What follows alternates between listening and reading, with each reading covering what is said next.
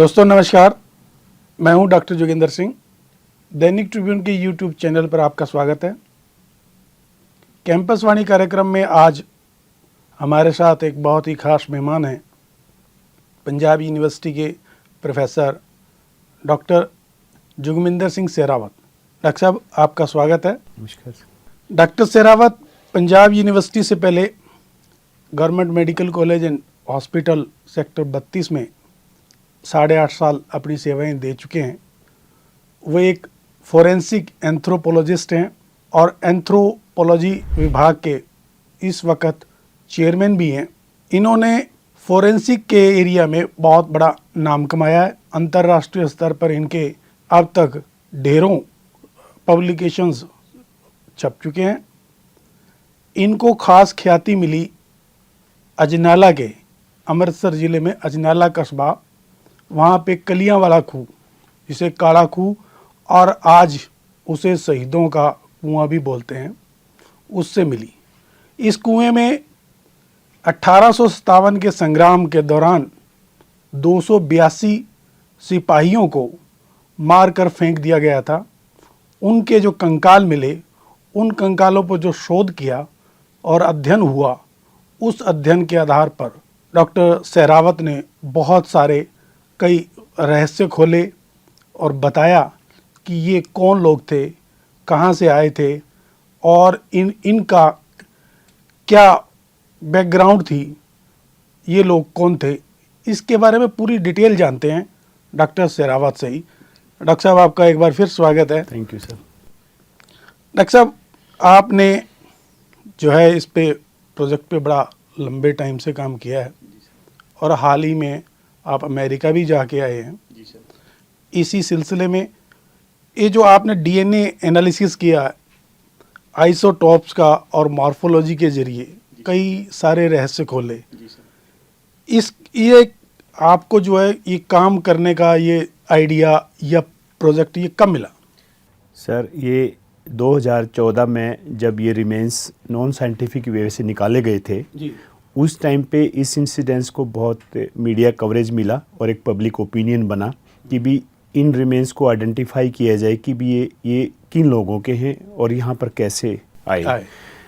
और उसके बाद सरकार ने मुख्य भूमिका के तौर पर ये रिमेन्स मेरे को सौंपे, क्योंकि उससे पहले मैं गवर्नमेंट मेडिकल कॉलेज के फोरेंसिक मेडिसिन डिपार्टमेंट में 8.5 साल एज ए फोरेंसिक एंथ्रोपोलॉजिस्ट सेवाएं दे चुका था जी। और मेरा जो पीएचडी का शोध भी जो पीजीआई के फोरेंसिक मेडिसिन से जो कॉलर बोन और जो स्टर्नम बोन है, वो 600 बंदों की जो फोरेंसिक एंथ्रोपोलॉजिकल एग्जामिनेशन करके मैंने रिसर्च किया था।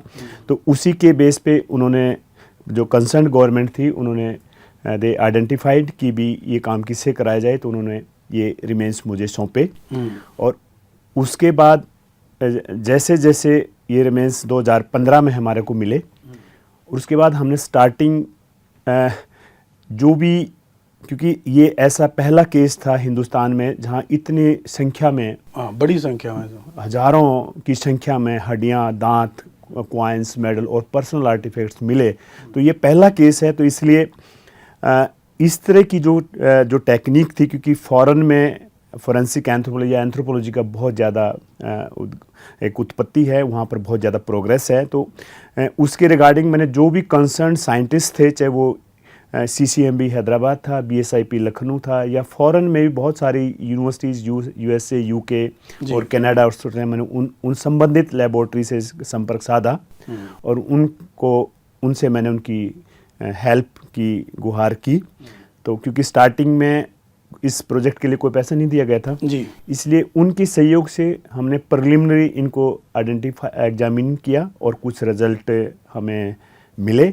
उन रिजल्ट्स के बेस पे हमने गवर्नमेंट ऑफ इंडिया को एक प्रोजेक्ट लिखा और वहाँ से हमें फंडिंग मिली। उसके बाद ये रिसर्च, इसका काम आगे डॉक्टर, चला। आपने जो कंकालों की पहचान करी, इसमें कौन सी, किन वैज्ञानिक विधियों का आपने इस्तेमाल किया? सबसे पहले सर, जो ट्रेडिशनल हमारी फोरेंसिक एंथ्रोपोलॉजिकल टेक्निक है, जिसके बेस पे हम जो स्केलेटल रिमेन्स है, क्योंकि ये नॉन साइंटिफिकली निकाले गए थे। अगर हम साइंटिस्ट, एंथ्रोपोलॉजिस्ट या फोरेंसिक एक्सपर्ट्स या आर्कियोलॉजिस्ट निकालते, एक तरीके से निकालते और इनको इंटैक्ट निकालते, मतलब पूरे होते, मतलब जितनी बुरा हाल इनका टूट फूट के, जितने नोटोरियसली इतने क्यूमिंगल्ड ये रिमेन्स मिले थे, तो उनको आइडेंटिफाई करना एक बहुत चैलेंजिंग टास्क था। तो इसके लिए हमने सबसे पहले फोरेंसिक एंथ्रोपोलॉजिकल टेक्निक अपनाई। जिन लोगों ने इस कुएं को खोदा था, जो लोकल लोग थे, उन्होंने कुछ फोटोग्राफ भी लिए थे। तो उन्होंने जो फोटोग्राफ प्रेजेंट किए हमारे को, तो वो जिस तरह का कुएं के सेडिमेंट में हड्डियाँ पड़ी हुई थी जब वो खोद रहे थे, तो उसका जो डिसऑर्गेनाइज्ड वे में जो वो था, उससे ये लग रहा था कि भी ये सारी हड्डियाँ, ये सारे जो बंदे थे, इनको हाँ एक बार ऊपर से मार के फेंका हुआ है। हाँ, तो उसके बेस पे हमने सबसे पहले यही बताया कि भी इनको एक इंसिडेंट में एक ही टाइम पे इन सारी डेड बॉडीज को अंदर फेंका हुआ है। उसके बाद इनके साथ कॉइन्स और मेडल्स थे, जिनके ऊपर क्वीन विक्टोरिया का फोटो था और ईयर ऑफ मेक था। अच्छा, इसका मतलब ये 1857 के जो विद्रोह है उससे सीधा संबंध? हाँ जी, हाँ जी, 1857। जैसे इस बुक में जो crisis in Punjab from 10th of मई अंटिल फॉल ऑफ दिल्ली जो बुक थी, जिसके बेस पे उसमें एक चैप्टर है, उस चैप्टर को पढ़ के किसी ने बताया कि भी जो ये एक गुरुद्वारा है अजनाला शहर में, इसके नीचे एक कुआं है, वाला खूह, हाँ, जिसको कलियां वाला खूह बोलते थे।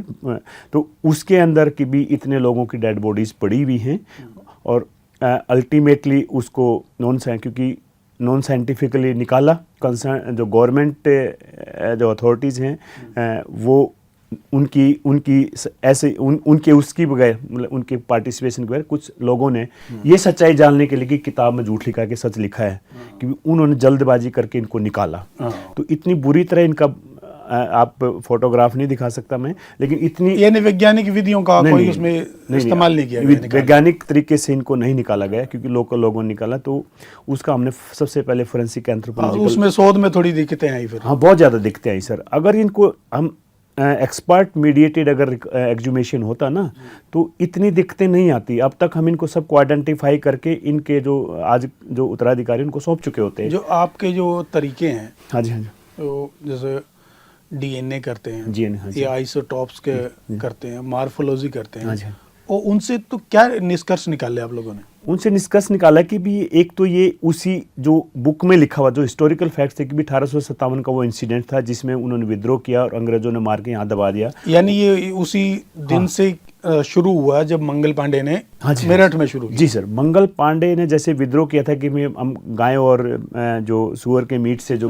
कारतूस यूज नहीं करेंगे, उसी तरह से मीर कैंट एरिया पड़ता था उस टाइम पे, अभी भी है, वो पाकिस्तान में पड़ता है। तो वहाँ से ये 500 लोग थे, इन्होंने वहाँ से विद्रोह किया और 282 लोगों को इनको रावी नदी के किनारे पे पकड़ लिया गया और उसी रात इनको पकड़ के अजनाला पुलिस स्टेशन में बंद कर दिया गया। अगले दिन बकरीद पड़ती थी, तो जैसे बुक में लिखा हुआ है, तो उस दिन इनको 10-10 करके पॉइंट ब्लैंक मस्कटरी फायरिंग से, जिसमें पत्थर की गोलियां भी मिली हैं हमें, तो पत्थर की गोलियों से इनको 10-10 करके बिल्कुल पॉइंट ब्लैंक से इनको मार के डेड बॉडी के ढेर लगा दिए। और एक कुआं पड़ा हुआ था खाली, किसी ने बताया कि भी आप वहाँ डाल दो। तो यानी ये बिल्कुल उसी तर्ज पे है जो 62 साल बाद जलियांवाला बाग में हुआ। उससे भी बड़ा जघन्य अपराध है सर ये, उससे, क्योंकि इसमें जो 282 लोगों को मार के गिराया गया और जिस तरीके से उनको एक मास किलिंग की गई और एक पूरी परेड की गई, जैसे उसमें दूसरे भी और स्टोरी, वो बुक के अलावा और भी बहुत सारे पंजाब गजेटियर हैं सर,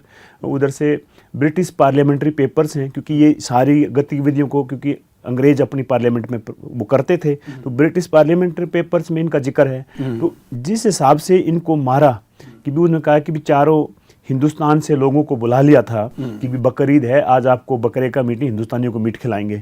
तो इसी तरह जैसे कुश्ती होती है, कुश्ती की तरह से चारों तरफ लोगों को बिठा लिया जाता और बीच में घेर के, हाँ, ऐसे करके इनको मारा। तो वो जलियांवाला बाग से भी जघन्य अपराध था सर ये, इतनी मास किलिंग्स और पॉइंट ब्लैंक से गोलियां मार के उनको, ये सीधे सीधे हत्याएं ही थी। हाँ, बहुत बड़ा हत्याकांड था सर, जो हमारे नरसंहार, बहुत बड़ा एक जघन्य नरसंहार था। और ये नरसंहार बेसिकली जो आज ठेकेदार बने हुए हैं मानव अधिकारों के, ये उन्हीं द्वारा, जो विदेशी ताकतें हैं जो आज मानव अधिकारों के जो बड़े आज ठेकेदार बनते हैं, तो पास्ट में हिस्टोरिकल फैक्ट्स ये गवाह है उस चीज़ का कि भी अंग्रेजों ने कितनी निर्दयता से काम, क्रूरता से काम किया। हाँ, तो वो स्टेबल आइसोटोप और डीएनए के बेस पे हमने इनको आइडेंटिफाई कर लिया है कि भी ये लोकल नहीं थे। जो उसमें लिखा हुआ था बुक में कि भी 26 नेटिव बंगाल इन्फेंट्री बटालियन के लोग थे, जिसमें कि भी ईस्टर्न यूपी, जिसको उस टाइम अवध बोलते थे, बंगाल, बिहार, झारखंड, जो आजकल बना है झारखंड, और कुछ नॉर्थ ईस्टर्न लोगों के, जो इनको बेसिकली पूर्वीय सैनिक बोला था उन्होंने, बुक में भी लिखा है, और उन्होंने पूर्वीय सैनिक होना। तो हमने फोरेंसिक एंथ्रोपोलॉजिकल एग्जामिनेशन से ये बता दिया है कि भी ये उसी इंसिडेंट से बिलोंग करते हैं। और जो मस्कटरी फायरिंग्स हैं कि भी इनके फ्रंटल बोन पे, टेम्पोरल बोन पे गोलियों के निशान हैं। डायरेक्ट मतलब सीधा खड़े करके मारे। हाँ, सीधा खड़े कर, पॉइंट ब्लैंक के हाथ बांधे हुए थे सर पीछे से, 10-10 करके इकट्ठे 10 को सबको एक ही लाइन में बंद करके एक गोली मारते, डेड बॉडी वो कर रहे थे।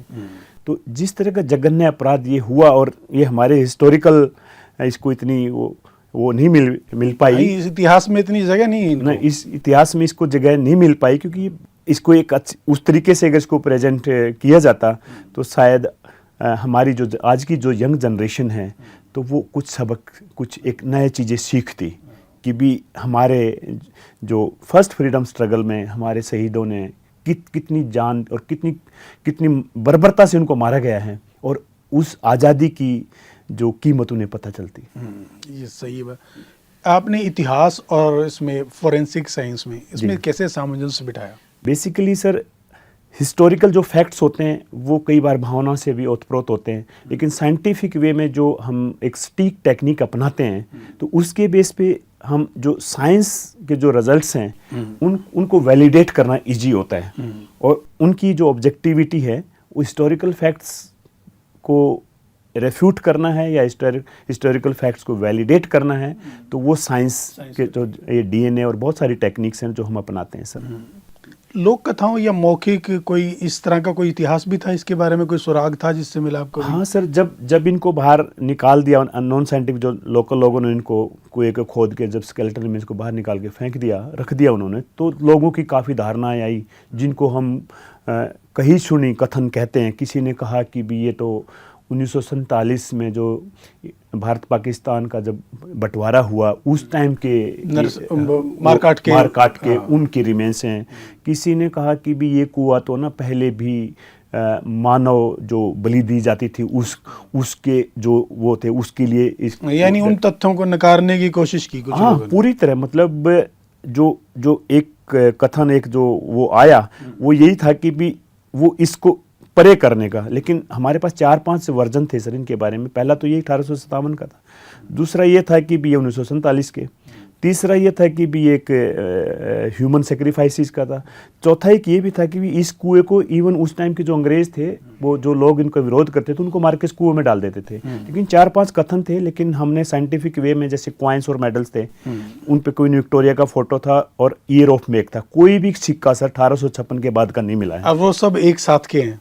हाँ, वो 1856 के बाद का कोई क्वाइन नहीं है। दूसरा, हमने रेडियो कार्बन डेटिंग कराया सर हंगरी से, बहुत सारे दांतों का रेडियो कार्बन डेटिंग, जो एक इंडिया में टेक्निक अवेलेबल नहीं है, तो हमने वहाँ से AMS कार्बन का C4 डेटिंग कराया, तो उसके बेस पे एग्जैक्ट एज 1857-58 यही आई। तो एटलीस्ट जो 1947 की बात करें वो पूरी तरह नकार दी, वो तो खारिज होगा। हाँ, वो क्वाइंस और मेडल्स के बेस पे भी, रेडियो कार्बन डेटिंग के बेस पे भी, और भी टाइम सिंस डेथ एस्टिमेशन, हमने फोरेंसिक प्रोटियोमिक्स का यूज़ किया है इसके लिए।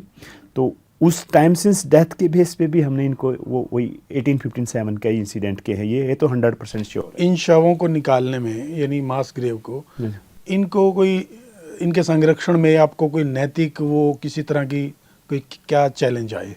बेसिकली क्योंकि ये रिमेन्स अप्रैल में 2014 में निकाल दिया था, और उस टाइम पे इनको बाहर निकाल के रख दिया, और क्योंकि ये अराउंड 160 साल अंदर नीचे पड़े रहे, और उसके बाद जैसे ही, क्योंकि हैं तो ह्यूमन रिमेन्स है ना, तो जैसे ही वो बाहर निकले तो वो इतने ब्रिटल थे सर, अगर हाथ लगाओ तो उनको चूरा चूरा हो जाता था।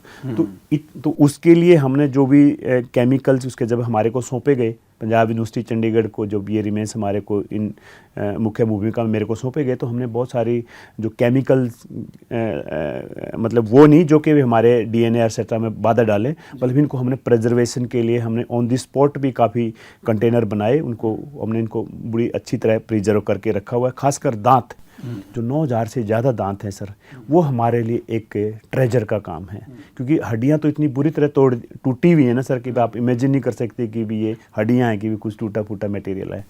तो हमारे को बहुत सारी दिक्कतें आई, लेकिन दांतों ने और कुछ जो टेम्पोरल जो कनपटी बोन है वो, और फीमर कुछ जो थाई बोन है ये, और कुछ हाथों और पैरों की हड्डियाँ, तो वो हमारे को, क्योंकि वो हमारे बहुत सफिशिएंट था उनसे डीएनए निकालना और उनका स्टेबलाइजोटोप करना और इनकी आइडेंटिटी स्टेब्लिश करना। अभी हमारे पास जो कॉइन्स और मेडल्स और जो और बहुत सारी चीज़ें जैसे ब्रेसलेट्स थे और कुछ सोने की भी या आयरन की रिंग्स भी हैं, तो उनको अब हम फिजिकल साइंसेस के उसके बेस पे उनका एग्जामिनेशन अभी पेंडिंग है सर। तो इस रिसर्च में आपको किसी प्रकार के सामाजिक या राजनीतिक या संस्थागत कोई रुकावट, कोई बाधाएं आई हैं किसी की तरफ से कोई कि भाई ये ना करो? नहीं सर, ये ऐसा कुछ है, लेकिन हमने सबको नकार दिया। हमने कहा कि भी जो साइंस कहेगी, जो साइंटिफिक वे से, और जो establish laboratory sir, CCMB Hyderabad sir सबसे टॉप क्लास लेबोरेटरी मानी जाए, centre for cellular molecular biology की, जहाँ पर डॉक्टर के थंगाराज हैं, और जो हमारे डीएनए टेक्नोलॉजी के जो जनक हैं डॉक्टर लालजीत सिंह, वो वहाँ साइंटिस्ट थे, उनकी देखरेख में जो किया गया। और Birbal Sahni institute of palaeosciences Lucknow की जो उनका बड़ा नाम है उनका, हाँ, डॉक्टर नीरज राय हैं, तो उनके उससे एक ओक्लाहोमा स्टेट यूनिवर्सिटी है सर यूएसए में, वहाँ कैलिफोर्निया स्टेट यूनिवर्सिटी है चिको, प्रोफेसर एरिक बाटनिक हैं, वो मेरे बहुत अच्छे कोलैबोरेटर हैं। और उसी तरह सर वोगन ग्राइम है, न्यू फाउंडलैंड यूनिवर्सिटी है कनाडा में, उनके साथ है sir Max Planck institute of human history है जर्मनी जैना में, वहाँ से भी हमने इनका डीएनए कराया है। तो हमने मल्टीपल लेबोरेटरी से इंडिपेंडेंटली हमने इनका एग्जामिनेशन कराया और हमने इंटरप्रिटेशन किया, और we have published a lot of research papers and regarding कि भी इनकी आइडेंटिटी हमने किसी भी दबाव में इनके रिजल्ट्स को चेंज नहीं किया। जो साइंटिफिक वे में ऑब्जेक्टिवली जो सटीक रिजल्ट जो तथ्यों ने कहा है बस हाँ वो हाँ सामने है। हाँ जी सर। तो अभी जो है इनका जो लोगों का ये तो पता चल गया कि भी ये इस एरिया के थे, अभी फर्दर इसमें आगे क्या शोध चल रहा है आपका अभी, क्योंकि आप अमेरिका में भी गए थे और आप उस एकेडमी के जो फोरेंसिक है उसके अकेले इंडियन मेंबर भी है, फेलो हैं। American academy of forensic sciences का मैं फेलो हूँ। तो वहाँ पर भी हमने नॉट ओनली 2025 में 24, 23, 22 और पिछले कई सालों से हम प्रेजेंट कर रहे हैं वहाँ पर ये रिसर्च। और सबसे पहले ये रिसर्च मैंने लंदन में ही जाके प्रेजेंट की थी 2014 में, जब हमारे कोई रिमेन्स मिले थे 15 में। तो 2015 में वहाँ पर एक यूनिवर्सिटी है, उन्होंने मेरे को बुलाया था। तो वहाँ पर मैंने उनके लोगों ने कहा कि भी आप इनके देश में आके आप ये करोगे, लेकिन हमने वहाँ पर पूरे फुल बड़े प्लेटफॉर्म पे कहा कि भी उनकी करतूतें उनके सामने रखी कि भी तुम्हारे पूर्वज हमारे हिंदुस्तान में ऐसे ऐसे जघन्य अपराध करके आए हैं, आज तुम डेवलप बताते हो, लेकिन तुम्हारी हिस्ट्री तो हम उनके देश में जाके उनके प्लेटफॉर्म पे जाके हम ये अदम साहस दिखा के आए। तो वो वहाँ पर भी वहाँ से शुरू हुआ था सर, लंदन से। और उसके बाद American academy of forensic sciences है, international academy of forensic sciences है सर, जो कनाडा में भी हुई थी, वहाँ भी प्रेजेंट किया। अगले साल बुल्गारिया में है, वहाँ भी प्रेजेंट करेंगे। तो ये रिसर्च हर जगह एक अच्छे तरीके से हमने पेश की है। और अभी जो बचा हुआ है बेसिकली हमारा, क्योंकि ये बेसिकली जो एंथ्रोपोलॉजी का जो टॉपिक है ये ह्यूमैनिटेरियन फोरेंसिक्स में आता है जी, कि भी साइंस का असली पर्पज ह्यूमन वेलफेयर है। और हमारे हिसाब से फोरेंसिक एंथ्रोपोलॉजी में इनके साथ वेलफेयर, एक जो साइंटिफिक वे में हमारी जो रिस्पेक्ट होएगी इन फ्रीडम फाइटर्स को, जो हमारे प्रथम स्वतंत्रता संग्राम के शहीद थे, कि भी हम ये रिमेन्स उनके जो आज उत्तराधिकारी हैं उनको सौंपना चाहते हैं। आपके शोध का एक परिणाम तो ये देखने को मिला है, कलियां वाला कुआं अब शहीदों का कुआं हो गया, शहीदा वाला कुआं। हाँ जी हाँ सर, हाँ जी हाँ सर। तो इसमें जो फर्दर जो आपकी रिसर्च आगे क्या कह रही है कि ये किस सोशल स्ट्राटा के लोग थे, किस उससे कम्युनिटी से आते थे, कैसे आते थे, इस पे क्या आपका चल रहा है? डीएनए जो माइटोजिनोमिक जो मार्कर्स हैं, माइटोकॉन्ड्रियल जो माइटोकॉन्ड्रियल डीएनए में कुछ स्पेसिफिक मार्कर जो होते हैं जिनको हम हैप्लो ग्रुप्स बोलते हैं, हैप्लोटाइप्स, एक स्पेसिफिक ग्रुप ऑफ जीन्स होता है जो जी। आगे से आगे वो इनहेरिट होता है। तो उनके बेस पे और स्टेबल आइसोटोप के बेस पे हमने पाया कि भी फ्रंटियर्स इन जेनेटिक्स में पेपर छपा, international journal of legal medicine में ये पेपर छापा, मेडिसिन साइंस एंड लॉ में अलग अलग हमने पेपर छापे। उनके बेस पे हमने ये कहा कि भी ये लोग ईस्टर्न यूपी, बंगाल, बिहार और उड़ीसा के थे। कहने का ये मतलब नॉर्थ ईस्ट कह ले, ये बेसिकली जो इंडो गैंगेटिक प्लेन है वहाँ के लोग थे, गंगा के मैदान। हाँ, गंगा के मैदानी इलाकों के लोग थे, क्योंकि जो स्ट्रोंसियम आइसोटोप और जो कार्बन नाइट्रोजन जो रेशो है ये हमने ये फर्स्ट टाइम हमने इंडिया में अप्लाई किया है कि भी जिन जिन इलाकों से हमने ये गंगा गुजरती है, जहाँ जहाँ वो इरिगेशन के लिए यूज होता है, कुएं का पानी, जहाँ सभ्यताएं थी। हाँ जी, हाँ जी, तो ये लोग वहाँ के थे। अब हमारा मेन पर्पज़ यही है कि भी हम इन रिमेन्स को, जो जिनका डीएनए हो चुका है और जो अभी और भी चल रहा है, कुछ सैंपल्स हमारे अभी भी फॉरेन की लेबोरेटरीज में रिजल्ट आ गए हैं, हम उनको भी पब्लिश करेंगे जल्दी। तो उसके बेस पे हमारा अल्टीमेट पर्पज़ यही होगा कि भी हम ये रिमेन्स जो भी मिले, चाहे किसी का जबाड़ा है, किसी का दांत है, उनके जो आज के जो उत्तराधिकारी उनको सौंप सकें। तो उसके लिए हमें जो लिस्ट है इन सोल्जर्स की कि भी जो मार्टायर्ड सोल्जर्स हैं वो लंदन हिस्ट्री म्यूजियम में अवेलेबल है। हमने ब्रिटिश जो कमिश्नर है हमारे इंडिया में, उनके through, ministry of external affairs के थ्रू हमने वहाँ पर अप्रोच किया है। आप इनके क्या वंशजों का भी पता लगा सकते हैं? हाँ जी, हाँ जी, क्योंकि हम उन्हीं लोगों के जिन गांवों से ये बिलोंग करते थे, तो वहाँ फ्रीडम फाइटर्स की फैमिली को हम ढूंढेंगे, उनको आइडेंटिफाई करेंगे, उनके बायोलॉजिकल सैंपल लेंगे, ब्लड सैंपल्स लेंगे, उनका न्यूक्लियर डीएनए करेंगे और इनके साथ जिनका मैच हो गया हम उनको वो रिमेन सौंपेंगे। ये लोग यहाँ इस एरिया में फिर कितने टाइम से रहे होंगे, तैनात रहे होंगे? ये लोग, जैसे हमने कार्बन, नाइट्रोजन और ऑक्सीजन आइसोटोप के बेस पे पाया कि भी इनके पिछले 10 साल की हमने इनकी जो डिफरेंट वो तैनाती रही वो हमने स्टेब्लिश की है। तो एटलीस्ट ये लोग लोकल तो नहीं थे, मतलब अजनाला जो कुएं से मिले ये लोकल नहीं थे। तो ये जहाँ जहाँ के लोग थे और जो रिजल्ट्स के बेस पे थे कि ये वहीं के गंगा घाटी के लोग थे। उत्तर प्रदेश, बिहार, झारखंड, हाँ, eastern UP sir, eastern UP, Bengal, Bihar, Orissa और कुछ नॉर्थ ईस्टर्न स्टेट्स जो आजकल झारखंड ऐसा उधर भी पड़ता है, तो वहाँ के लोग थे सर। अच्छा डॉक्टर साहब, आप क्या समझते हैं भारत में जो ये इस तरह का शोध एक सामान्य चीज़ है? नहीं सर, या इस दिशा में और ज़्यादा प्रयासों की ज़रूरत है?